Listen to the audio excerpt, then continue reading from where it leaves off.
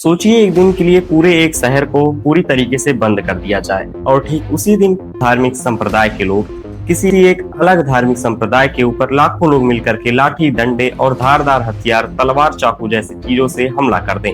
जी हाँ दोस्तों, ये सच्ची घटना थी 1946 16 अगस्त के दिन की, जिसे द डायरेक्ट एक्शन डे कहा जाता है। इसी डायरेक्ट एक्शन डे को आगे चल के द कलकत्ता किलिंग के नाम से भी जाना गया, जिसे आज हम कलकत्ता किलिंग के नाम से ही जानते हैं। चलिए इस पूरे घटनाक्रम को आज हम विस्तार से बताएंगे फैक्ट और रियलिटी के साथ, इसलिए पूरे वीडियो में आप अंत तक बने रहिएगा। इस पूरे घटना को छुपाने की कोशिश ब्रिटिश राज से ही की जाती रही है। पहले ब्रिटिशर्स ने छुपाने की कोशिश की, फिर बाद में आने वाली सभी सरकारों ने, लेकिन आज इस पूरे घटना की रियलिटी आज हम आपको बताएंगे, इसलिए वीडियो को लाइक करके आप वीडियो में अंत तक जरूर बने रहिएगा।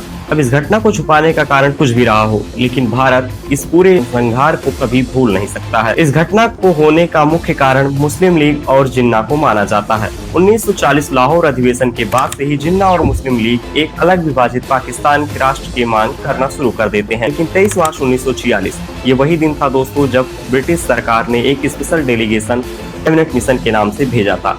कैबिनेट मिशन की ये सारी दस्तावेजें 16 मई 1946 को पेश की जाती हैं। अब इसमें 3 प्रकार की सरकार की गठन की गई थी। पहला केंद्र सरकार, जिसके पास केवल रक्षा, विदेश और दूरसंचार मंत्रालय दिए गए थे। इसके बाद आती है उन सामूहिक प्रांतों के एक गवर्नर की बारी, जो सामूहिक प्रांत एक तो कांग्रेसियों के अंदर आते थे और दूसरा मुस्लिम लीग के अंदर आता था, और तीसरे स्तर के लिए असम और बंगाल की प्रोविंसेस को रखी गई थी।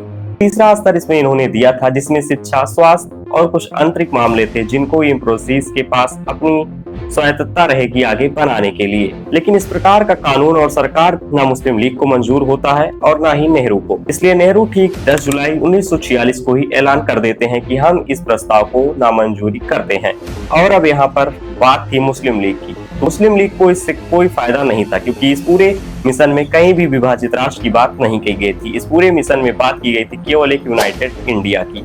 अब यहाँ पर मुस्लिम लीग के नेता अली जिन्ना ने ठीक 29 जुलाई 1946 को ऐलान करते हैं, या तो पाकिस्तान मिलेगा या फिर भारत बर्बाद होगा। अभी स्पेशल डे किस दिन को रखा जाएगा ये अभी चिन्हित नहीं हुआ था। अब बारी थी उस स्पेशल डे कहाँ मनाया जाएगा। वो स्पेशल डे जो था वो होता बंगाल प्रेसिडेंसी के कलकत्ता में। क्योंकि अब यहाँ पर कलकत्ता और बंगाल क्यों महत्वपूर्ण थे ये भी आपको जानना जरूरी है, और इसी के लिए स्पेशल डे का भी ऐलान उसी दिन ये कर देते हैं। जिन्ना और मुस्लिम लीग जिस पाकिस्तान की मांग कर रहे थे वो ईस्ट पाकिस्तान और वेस्ट पाकिस्तान। वेस्ट पाकिस्तान वही जिसे आज का हम पाकिस्तान कहते हैं, और ईस्ट पाकिस्तान वो जिसे आज का हम बांग्लादेश कहते हैं। पूरे ईस्ट पाकिस्तान में कोई आर्थिक फैक्ट्री या फिर कोई और आर्थिक कल कारखाने नहीं लगाए गए थे, जिस वजह से वहाँ की अर्थव्यवस्था किस प्रकार चलाई जाती। इसीलिए मुस्लिम लीग और जिन्ना ने सोचा कलकत्ता उस समय का प्रशासनिक और औद्योगिक दोनों तरीके से एक महत्वपूर्ण शहर था, जिसमें बहुत सारी प्रकार की कारखाने, मशीनें और यहाँ तक कि हजारों मजदूर रोज काम करने के लिए आते थे। पूरे बंगाल के जितने भी रॉ मटेरियल्स निकलते थे, चाहे वो कृषि के हों या फिर किसी और चीजों के, सारे रॉ मटेरियल्स कलकत्ता ही लाए जाते थे। यहाँ पर बड़ा सवाल ये था कि पूरे बंगाल में तो मुस्लिमों की आबादी सबसे ज्यादा थी, लेकिन कलकत्ता एक ऐसा शहर था जहाँ पर हिंदू मेजोरिटी ज्यादा थी। यही कारण था कि हिंदुओं को वहां से खदेड़ने के लिए जिन्ना ने यहाँ पर स्पेशल डे लागू करने की घोषणा की थी। अब वो दिन आने ही वाला था 16 अगस्त 1946। दोस्तों उस समय के मुख्यमंत्री सोहरावर्दी ने बंगाल में जितने भी बिहारी हिंदू सैनिक थे उन सबको यहाँ पर यूनाइटेड प्रांतों के पठान और मुस्लिम सैनिकों से यहाँ पर रिप्लेस कर देते हैं। मतलब इनको वहां पर भेज दिया जाता है और वहां के सैनिकों को यहाँ पर भेज दिया जाता है, जिससे यहाँ पर मुस्लिम सैनिकों की भी संख्या बढ़ जाती है। अब यहाँ पर सीधा सवाल उठता है कि आखिर 16 अगस्त के दिन को ही सेक्शन डे के लिए क्यों चुना जाता है। तो इसके लिए भी मुस्लिम लीग ने यहाँ पर बहुत सारे मुसलमानों को ठीक अपने बयानों से कई तरीके से मैनिपुलेट किया। दोस्तों उस समय बंगाल में मुस्लिम लीग की ही सरकारें थी। मुस्लिम लीग के उस समय के मुख्यमंत्री सोहरावर्दी ने यहाँ पर भरजोर कोशिश की कि इस पूरे डायरेक्ट एक्शन डे को किस प्रकार से सफल बनाया जाए। इसलिए उन्होंने 16 अगस्त को पब्लिक हॉलीडे की घोषणा कर दी, जिससे हजारों लोग रोजी रोजगार पर न जाएं और वो सड़कों पर उतर सके। दोस्तों इस पूरे रैली के लिए जो जगह चुनी जाती है वो था ऑस्टर मोन्यूमेंट, जिसे बाद में अब शहीद स्मारक कहा जाता है। दोस्तों इस पूरे रैली को होने से पहले ही मुस्लिम लीग और अन्य कट्टरपंथ नेताओं के द्वारा मुस्लिमों को बहुत सारे धार्मिक भड़काऊ बयान दिए जाते हैं, जिसमें सबसे पहला बयान आता है रमजान के महीने में अल्लाह भी जिहाद की इजाजत देता है। और यहाँ पर बात की जाती है बद्र के उस जंग की जो रमजान में ही शुरू की गई थी और मुस्लिमों द्वारा यहाँ पर जीती गई। और यहाँ पर बात की जाती है पैगंबर की भी, जिसने इसी रमजान के महीने हिंदुओं से जंग लड़ी थी और उस पूरे जंग को उन्होंने जीता। इसी सारी चीजों को और मुस्लिमों के अंदर भरा जाता है, जिससे उनके अंदर वो कट्टरपंथ की आग जग उठे। अब वो दिन नजदीक आ चुका था, 16 अगस्त 1946 का। ठीक उस दिन 10 बजे सुबह में यहीं से शुरू होती है इस पूरे घटनाक्रम की रूपरेखा। लोगों के हाथों में तलवार, लाठी, डंडे, औजार जो भी आया सब उन्होंने लेकर के सीधा हिंदू दुकानों, घरों और लोगों की तरफ दौड़ चले। जो भी आया रास्ते में सबको एक तरफ से काट दिया गया, लोगों के घर जला दिए गए, महिलाओं के साथ रेप और कई तरह की बर्बरताएं की गई। ये नरसंहार इतना व्यापक था कि आप तस्वीरों में सड़कों पर पड़ी इन लाशों को देख सकते हैं। पूरे कलकत्ता से लेकर के हुगली नदी तक कहीं जगह नहीं बची थी, और यहाँ तक कि लाशों को जलाने की जगह नहीं थी तो लाशों को सीधा हुगली नदी में ही फेंका जा रहा था।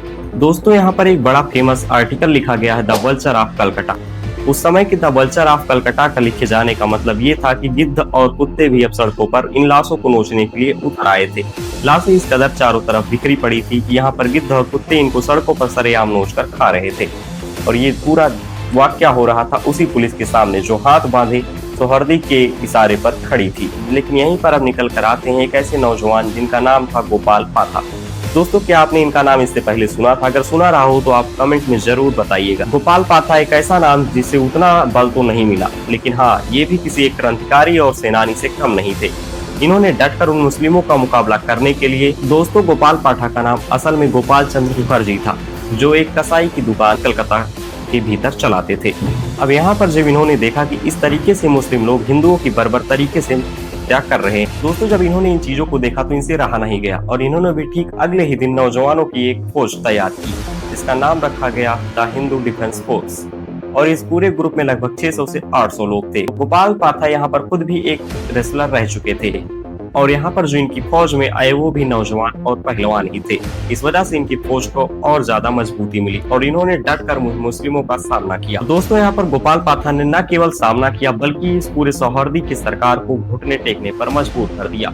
और यहाँ पर लोग इसमें बिहार से, पंजाब, सिंध प्रांतों से जैसे भी जहाँ भी सुन रहे थे सारे हिंदू यहाँ पर आकर के इकट्ठा होने लगे। और ये कत्लेआम इतना ज्यादा बढ़ चुका था कि अब हिंदू मुस्लिमों पर टूट पड़े थे। यहाँ पर सोहर्दी को ही झुकना पड़ा और आकर के उन्होंने ही ऐलान किया कि अब ये कत्लेआम रोका जाएगा। दोस्तों, इसमें एक तरफ काम कर रही थी मुस्लिम लीग और दूसरी तरफ कार्य कर रही थी हिंदू महासभा और कांग्रेस। और इसमें जो अपनी जिंदगियां खो रहा था वो था केवल आम जनता, जिनका इस पूरे मुद्दे से कोई लेना देना ही नहीं था। इसलिए इस पूरे मुद्दे को लगभग बीते 80 साल से ज्यादा हो चुके हैं, लेकिन इस पूरे घटना को आपके बीच लाने का मकसद यही था कि राजनीतिक पार्टियों के बयान और सोच किस प्रकार से एक आदमी की आम जिंदगी में किस प्रकार से कितना असर डाल सकते हैं। इस चीज को आपने इस घटना से बखूबी समझा ही होगा। केवल किस प्रकार से मुस्लिम लीग और जिन्ना की बयानबाजियों और उन कट्टरपंथ लोगों के भड़काऊ बयानों की वजह से ही 5 लाख की भीड़ किस प्रकार से उन मासूम हिंदुओं पर टूट पड़ती है और किस प्रकार से एक सांप्रदायिक दंगे की आग जल उठती है। दोस्तों, यहाँ पर आप चाहे आरोपी बनाइए मुख्यमंत्री सोहर्दी को या फिर अली जिन्ना को, इनसे कोई पूछने नहीं गया। पाकिस्तान के 5वें प्रधानमंत्री बनते हैं वही आरोपी सोहर्दी। भारत के पहले प्रधानमंत्री बनाए जाते हैं नेहरू। अब यहाँ पर इनसे किसी ने कोई सवाल नहीं पूछा। अगर किसी ने अपना कुछ खोया तो वो थी आम जनता, जिसने बदले में पाया केवल विभाजन, अपनों को खोना और कत्लेआम। आज की राजनीति भी ठीक उसी प्रकार से चल रही है। इसलिए आप कभी किसी भी राजनेता के बयानों पर ठीक से अमल करके ही उस पे अपने विवेक से कार्य कीजिएगा, क्योंकि भारत में सांप्रदायिकता के नाम पर राजनीति का इतिहास बहुत पुराना है। इस पूरे वीडियो का मकसद यही था कि किस प्रकार से राजनीति किसी भी एक देश को विभाजित कर सकती है। दोस्तों, अगर आपको वीडियो पसंद आया होगा तो वीडियो को लाइक करके चैनल को सब्सक्राइब जरूर कीजिएगा, जिससे आपको इतिहास के वो अनसुने किस्से, वर्तमान की वो सारी फैक्ट और रियलिटी मिलती रहे।